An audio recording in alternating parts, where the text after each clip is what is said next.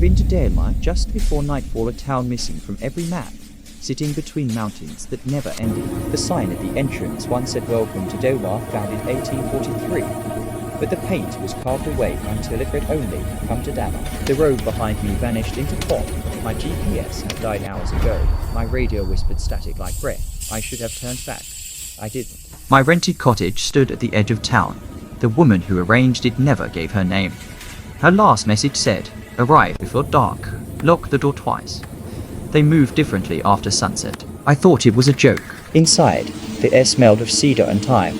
A single mirror hung crooked on the wall. That night, my camera clicked by itself. On the screen was a photo of me asleep, and something standing right behind me, blurred and tall, a hand resting on my shoulder. At dawn, frost covered the porch. Perfect circular prints led from the door into the trees, then stopped as if the walker had left it on the ground. The town looked dead, but it wasn't empty. In the schoolhouse, chalk still clung to the board fresh words. Stay quiet when they listen. Then I heard humming, low, steady, matching my breathing until I stopped and it didn't. Out on the street, a man stood watching me. Dark coat, hat low. When I called out, he turned his head. His face wasn't hidden by shadow, it was smooth.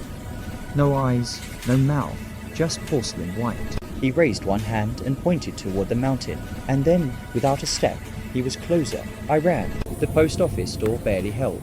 Inside, I found piles of letters never sent.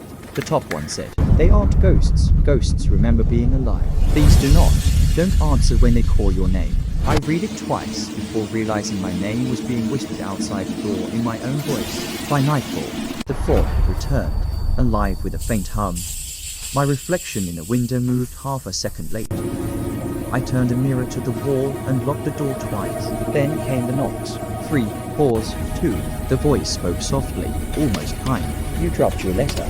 Let me give it back." I didn't answer. When morning came, the fog was gone, but on the doorstep lay a pile of photographs, all of me, sleeping, walking, staring at the mirror, each one taken from just behind my shoulder. The last photo showed me sitting exactly where I was now, looking down. I followed my own gaze. A wet footprint waited beside my chair. Then, from behind the turned mirror, came 3 slow knocks, and my own voice whispered back, "Come to DALEMAR."